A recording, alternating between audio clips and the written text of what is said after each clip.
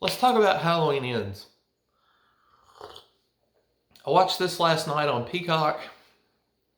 I don't know if I can call it the worst of the series or the worst of the franchise because that's hard to define actually in a franchise like this because you've got the Rob Zombie remake series, and I would say that's probably the worst of the franchise.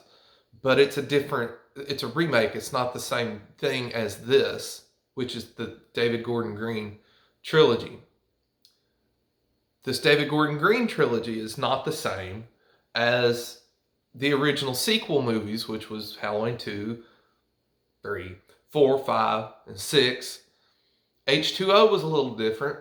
Also, it's its own thing. You if you have Googled this at all, you've probably seen all the charts out there explaining all the different timelines and reboots that this franchise has had. So I don't know that I can call it the worst in the franchise because I think Rob Zombie's remake is worse. I haven't seen Rob Zombie's Halloween 2 because I hated that remake so much.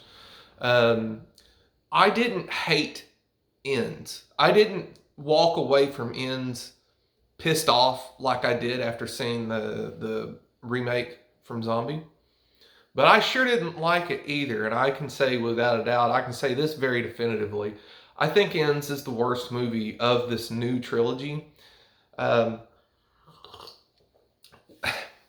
and it's frustrating more than anything. I was one of the few people who actually really liked Halloween Kills because Kills kind of tried to give us something a little different while also still being a slasher.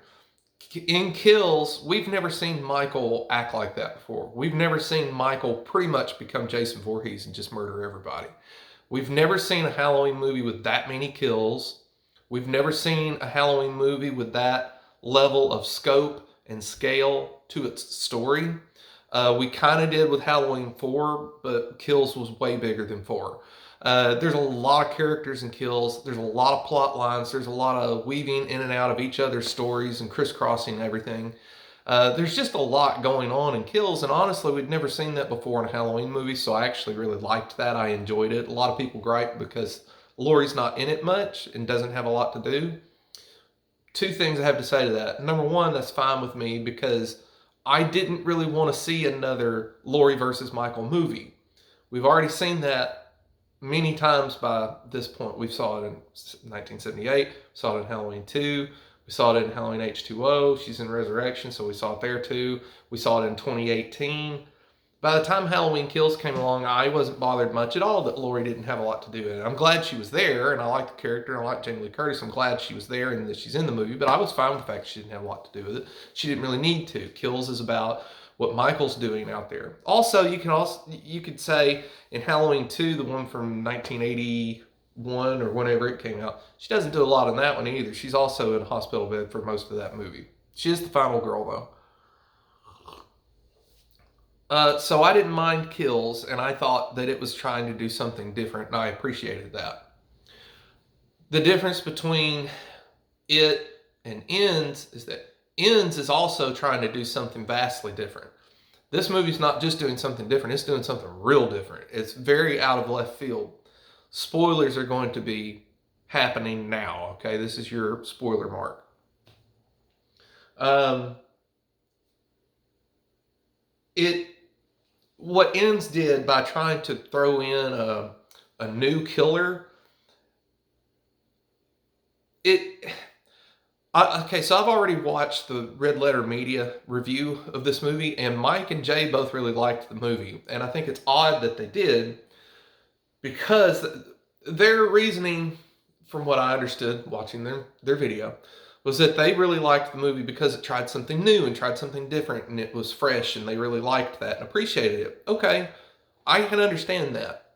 But I would also argue a couple things on that. Number one, it's fine to try something vastly out of left field different, but maybe not in the very last movie of your trilogy and not in the last movie that has been marketed as the end of a 40-year franchise. This is not the time to bring in a new character and focus the movie on a new character and ignore your legacy characters to the extent that this one kind of did. Number two, I would also say that what Halloween Ends did by bringing in a new killer is actually not that new, it's not that fresh, and it's not that interesting, and it's never really worked before because franchises have tried to do this before and it's never really worked. Halloween itself has tried to do this before and it didn't work back then either. Friday the 13th is the most famous example of this. In how at the end of Halloween, or you're going to hear me crisscross Halloween and Friday the 13th. I don't mean to do that. At the end of Friday the 13th, part 4, it is suggested that Corey Feldman's character, Tommy Jarvis, is off and that he might be a new killer. Okay. No, and then in part 5, the movie after it, Friday the 13th, part 5, it is suggested that Tommy Jarvis is at very least highly unstable and at most might be the new Jason. And then by the end of Friday the 13th, part 5, it is solidified that Tommy Jarvis is the new Jason. Nobody liked that movie. That movie bombed really hard. Now, I actually love Friday the 13th, part 5. It's one of my favorites in the series. But everybody else fucking hated that movie. So what did they do? They scrapped that shit. And in part 6, they went very back to basics. Jason is brought back to life as a zombie, which everybody loved. It was a very straightforward slasher with a good story, good characters, and good kills, good music. It had a soundtrack, Alice Cooper. Everything was good about part 6, and everybody loved it. Including myself. Despite liking part 5, I thought 6 was good too. Okay, so that's Friday the 13th. What about Halloween? At the end of Halloween 4, it is suggested that Jamie Lloyd is going to be the new Michael. She kills her mother at the very end of the movie and then is seen at the top of the staircase holding a bloody pair of scissors wearing Michael's clown outfit from the first of the original movie back in 1978. Nobody liked that. Everybody liked, well, most people like part 4. I think part 4 is okay. I don't hate it. I don't love it. I think it's good. I think it's passable, but I don't think it's great like some people do. It's a good movie, but it's not great. But everybody liked that movie, but they didn't like that ending with Jamie being the new Michael. So what'd they do? They scrapped that idea. They brought Michael back and played it off like, well, she's not the new Michael. She just has a psychic connection to him or something. All right. Halloween tried it again in Halloween 6, The Curse of Michael Myers, by suggesting that the evil can be passed on. And in the producer's cut or whatever that bullshit is of Halloween 6, at the end of it, like, they pass the evil on to like Dr. Loomis or something like that. But it's even more suggested in that one that the evil can be passed on. Friday the 13th tried this again also in Jason Goes to Hell. The evil can be passed on. They kill Jason at the beginning of the movie. And the guy working in the morgue is compelled to eat Jason's heart for whatever. I fucking hate Jason Goes to Hell. Jason Goes to Hell is my least favorite, maybe movie of all time. I really hate that movie a lot. I really hate it. But it's by far and away my absolute least favorite Friday the 13th movie. But anyway, that guy eats Jason's heart and he becomes the new Jason. So this is not a new idea. RLM kind of acts like it is. It's really not. This is, it's not new. It's not really interesting. It's not what anybody really wanted to see as a finale to this franchise. This is something that maybe could have been done years ago. And it also could have been done if it was marketed as a sideline story. Maybe like how Annabelle was marketed as like, it's in the Conjuring universe, but it's not really a sequel to the Conjuring or anything. That would have been okay, and I think this would have worked because the movie isn't all bad. There's a lot of good stuff in it, and it's got a lot of really cool ideas. It's got a lot of good concepts, but it's all thrown together too quickly and pushed and rushed together just too quickly, and it's not really explained or given time to breathe, to let you take it in. I still am not exactly sure what the relationship was between Corey and Michael. It just seems like Michael grabbed him and all of a sudden Corey's the new Michael. Why hasn't that ever happened before? Did he really just pass on his evil, or was Corey already kind of a killer in the making anyway, and this experience unlocked that? I don't know. They didn't really go into that very much. They didn't explore that too much. Did Corey want to be the new Michael? Like physically, literally want to be the new Michael? Kind of suggests that he did because he took his mask and dressed up like him. Or did he really just want to kill the people that had been tormenting him for so long in Haddonfield? Is that all it was? I don't know. They didn't really talk about it much, and they didn't really go into it because this is a classic case of a lot of really good ideas all thrown together into the sink too quickly without a lot of explanation.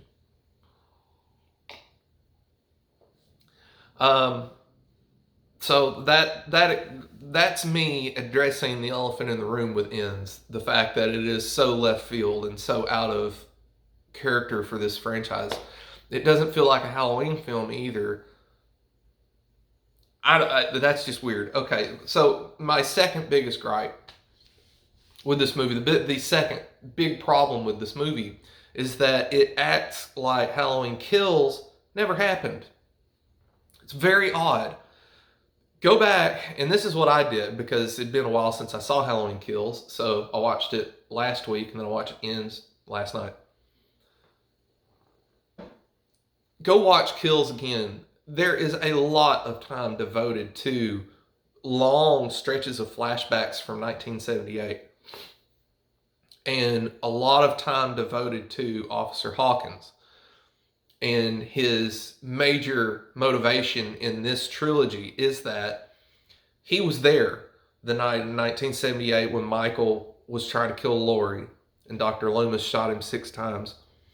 He was there, and he could have allowed Michael to die because Dr. Loomis was going to just straight up execute Michael in the front yard of the Myers home.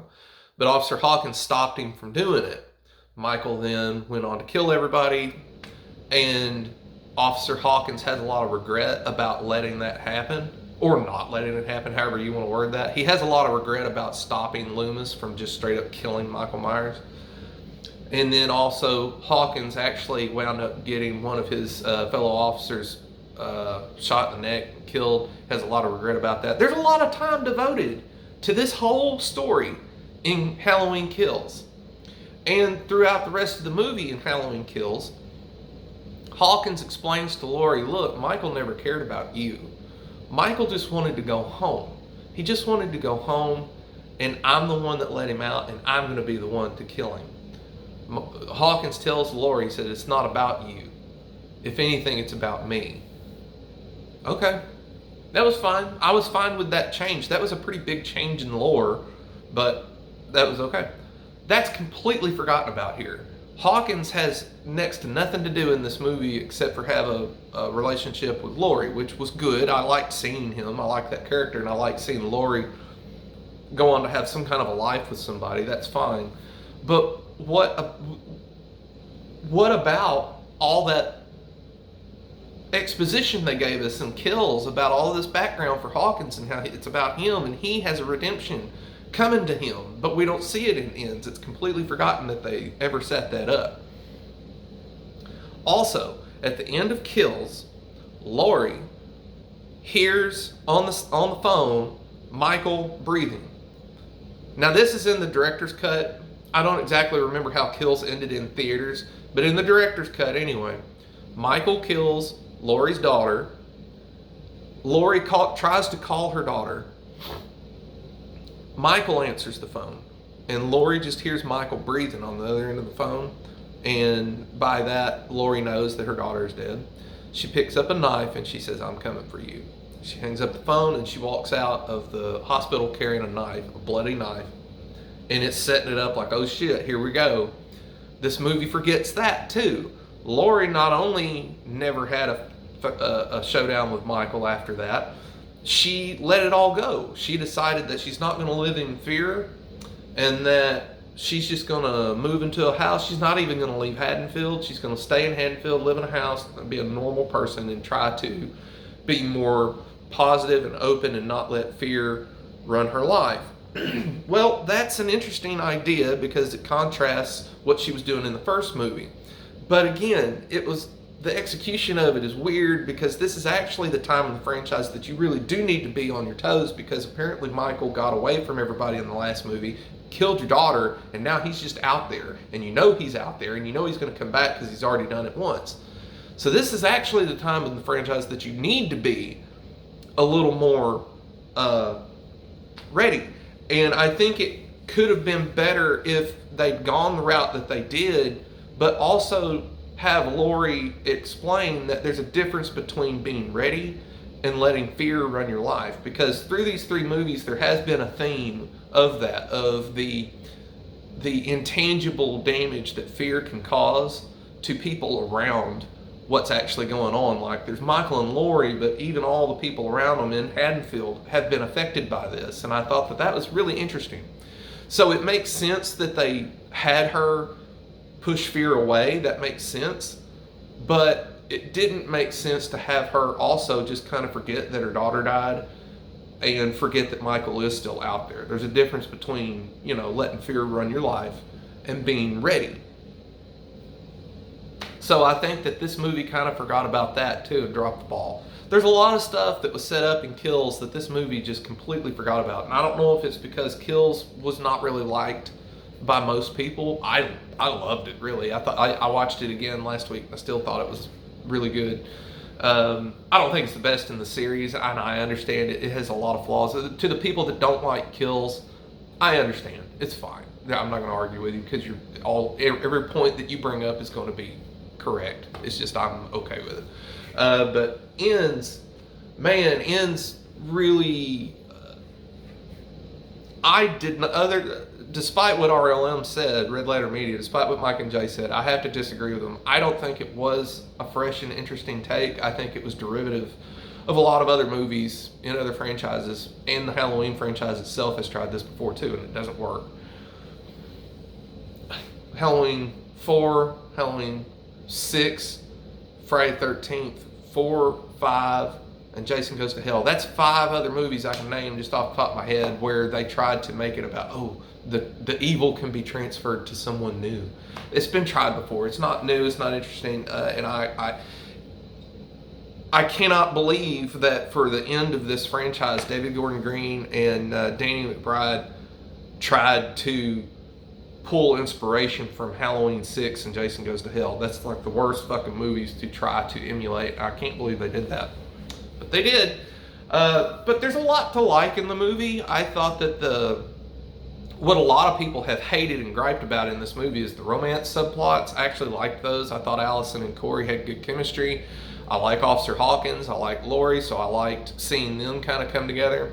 Somebody pointed out, though, that it didn't make a lot of sense that 4 years later, Laurie and Hawkins wouldn't have gotten together by that point.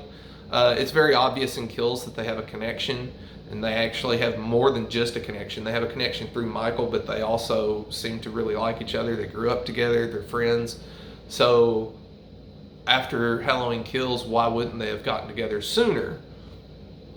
That's something to think about. That's kind of a nitpick, but also it does kind of make sense. Why did they wait 4 years until they met at a grocery store to start talking to each other again? I don't know. But yeah, the movie, the more I've thought about it, it just really doesn't make a lot of sense. Again, it's got a lot of really good ideas, and a lot of ideas that I wouldn't have minded being explored in other movies or previous movies. And if they'd given some of these ideas more time and maybe given them their own movies off to the side or something, that would have been better. But for a movie that is supposed to be the capstone of a 40-year franchise and is marketed as such, I don't think this was the time to try to play funny with who the killer is and all this lore. It also, I think it negated a lot of what Kills set up by the fact that in Kills, and I didn't really like that they did this in Kills, but it's what they went with, so whatever. In Halloween Kills, by the end of the movie, it is firmly established that Michael is not human anymore. If he was, he's not now. Jamie Lee Curtis, Laurie Strode actually says towards the end of the movie that the more he kills, the more he transcends. So it is firmly by the end of that movie that he is not human. He's superhuman. He gets shot, stabbed, beaten. He gets the shit kicked out of him, and he just gets up and kills like 30 more people in just a montage at the end of that movie. He kills so many people in that movie. He kills more people in that movie than I may have ever seen anybody get killed in a slasher movie before, ever. So, at the end of Halloween Kills, Michael should be as strong as he ever was, because he killed... It's established that he gets stronger the more he kills, and he killed more people than ever in Halloween Kills. So, yeah, he got his ass beat by the town, but then he got up and killed him, so he should be fine. But then, again, Ends kind of negates all that, forgets all that, and Michael has been living in a sewer, kind of emaciated, and dying and just barely getting by for like 4 years, living in the sewer. Why? And how is it that nobody found him down there? And how did he survive? I think the homeless guy acted like he had been killing people. He'd just been dragging them into the sewer and killing them. Okay, well then why didn't he get more powerful by killing the people to survive in the sewer if he gets stronger with every person he kills? It just... Ends just does not make a lot of sense, and it negates and undoes everything that Kills did before it, and I don't really know why. It just feels like what I think it was that Halloween 2018 came out, and 2018 is a really good movie. It's not great, but it's really good. It's something that I could see myself watching, many times in the future. It's really good. And I feel like they made that movie to be its own movie. There was no plans for a trilogy, is what I think. But then 2018 did really well, and everybody liked it, and everybody clamored for more. So then they're like, oh, well, okay, let's make a trilogy. And so then they made Kills without really knowing where they were going to go with this trilogy. And then at the end of Kills, they were like, oh shit, well, nobody liked that, so what are we going to do for Ends? I don't know. And then they just kind of come up with this shit. And I don't know. I don't know what they were thinking. I don't know if they thought they were being really original, because they're not. This movie pulls from so many other movies. A lot of it pulls from like Christine, even Corey's name, Corey Cunningham, Arnie Cunningham. It really is a lot like Christine, which is weird. That's kind of a weird movie to pull from. But then again, it's not, because John Carpenter made it. But at the same time, I mean, what does a director have to do with your actual story that's going on? Nothing. So why would you have pulled from Christine to make this? It's like they pulled from all kinds of movies, and I disagree with Mike and Jay. I don't think that this was interesting or new or fresh at all. It's been tried before by Halloween and by others. Didn't work. I don't think this worked. And I don't know where... It's funny that the movie's called Halloween Ends, because I don't know where it can go from here. I think the franchise is dead after this. It has to be. I don't know what else they can do. They've rebooted it and remade it so many times at this point that nobody can keep track of any of these movies. My mom kind of likes watching these Halloween movies with me sometimes, and she was like, well, let's watch Halloween. We watched Halloween 1978 a few years ago, and she was like, well, let's watch Halloween 2 and 3 next week or next year for Halloween. And I was like, well, you don't really want to watch Halloween 3 because it doesn't have anything to do with anything. She was like, well, what? And I was like, yeah, I know. And then like my dad will be like, well, I thought that was her sister or something. And I'm like, no, this movie ignores parts 2 through 6, and then Halloween H2O ignores 3 through 6. It's very, very weird. It's so you can't reboot it again. You can't reboot it again. And if you do, it is going to be absolutely so hard to follow. Nobody's going to get into it. So the only thing, I mean, you could reboot it, 15, 20 years from now. That'd be enough time that everybody forgotten. You could do it then, but at that point, who cares? You're digging up a 60-something-year-old franchise. No, I don't know about that. You can't make another movie in this continuity because Michael is ground up, dog meat dead. They might could say that Corey disappeared, like his body was gone and Corey is the new Michael. You could do that, I guess. I don't think anybody's going to buy that because this movie's not doing well. It's made a lot of money this first weekend, but nobody likes it. Nobody likes it. And it's made less money than the other two movies have, so I don't think they're going to do that. What are you going to do? I don't know what they're going to do. Yeah, I think it was aptly named because, yeah, Halloween ends and Evil died last night because I don't really want another Halloween movie. I didn't really want another Halloween movie to begin with. To me, the definitive ending for Halloween for me is Halloween H2O. It always was. I always loved Halloween H2O's ending. I saw that movie in theaters when I was a kid and loved it. I just wanted to stand up and applaud the fact that they finally gave Michael a definitive end. Jamie Lee Curtis cuts his head off. You get that stinger sound, and then the original Halloween music kicks in, roll credits. It was so good. I loved it. That's a really good ending to the franchise, and in my own head canon, that is where the franchise ended. An alternate timeline, 2018, is also a really good ending to the series, and that's where this trilogy should have just stayed one movie and not even been a trilogy. The ending to 2018 is also very definitive and very good, and that is another movie in my own head canon that can also be an alternate ending to the franchise. Other than that, Resurrection never happened. I'm going to say Halloween Ends never happened. Halloween Kills is kind of just a fun one-off to me. I don't really see it as an ending to anything. It's fun to watch, but to me, 2018 and Halloween H2O are the two definitive endings to this franchise. The Halloween Ends, it's really kind of ridiculous. There was more often than not I was watching this movie just perplexed. Now, I did have fun not knowing where this was going to go because the movie just right off the bat is wild because that guy kills that kid at the very beginning and then it plays the Halloween theme music. I was like, what the fuck? But I enjoyed not knowing where it was going to go. I thought that was fun. But then when it finally got where it was going, I was like, man, y'all ain't doing this shit, are you? Because again, it's not new. I've seen it before. Any fan of horror probably picked up what they were doing pretty early on in the movie. I don't know. I didn't like it. Didn't like it at all. And I disagree with the people that are liking it. Maybe this is something that gets a better reputation as time goes on, but I kind of don't think so. I think the movie that's going to get better reputation as time goes on is going to be Kills. And I'm already seeing it. There's a lot of people online saying, I didn't like Kills, but this makes me like it better because at least it felt like a Halloween movie and it had Michael Myers in it killing people, which is what people go to these movies for. And a lot of people say, well, but you can't do that every movie. Well, okay, then stop making the movies. If you don't have... When I was watching Halloween Ends last night, your mother always said, if you don't have anything nice to say, don't say anything at all. If you don't have a really good idea, then don't make another movie. Don't do it. I know you got to, and I know you want that money from making it, but just don't do it. And there's a lot of times that these filmmakers, they think they got a good idea, but the execution is poor. Look, I don't know, man. It's hard to make a movie, period, much less a good one. So I give them some slack, but to me, I just felt like this movie just didn't need to be made.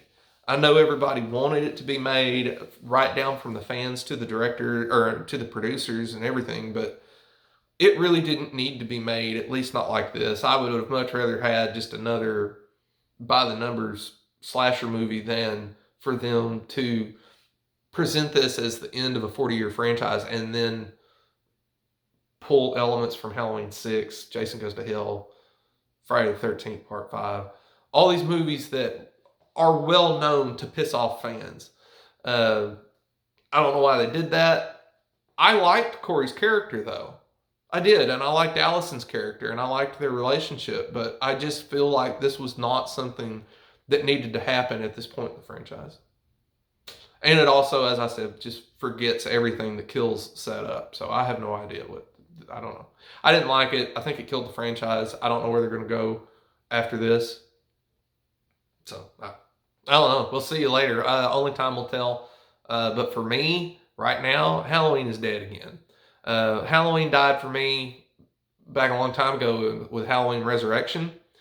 And then Halloween 2018 kind of woke me up and made me a fan of Halloween again. But now, yeah, I think I'm done with it again. It's going to be a while before I watch Halloween Ends again. I may never watch. I don't really ever want to watch it again. But Kills, I'll watch that again. And then 2018 is great, so I'm for sure going to watch that again. But anyway, the Halloween franchise as a whole really is not that great, but it does from time to time have a really good movie thrown in there. Halloween, I think Halloween 2 is great. Halloween 2 might be my favorite slasher of all time. Halloween 2, Halloween 4 is not bad. H2O in 2018, those are my top 5 Halloween movies. They're all really good. 3, I don't like 3 as much as anyone else. I really don't think 3 is that good. Even I've watched it as a standalone film and I've taken it on its own merits. I still don't care for it that much. But anyway, there you go. I'm rambling on now. So we'll see you later. Bye.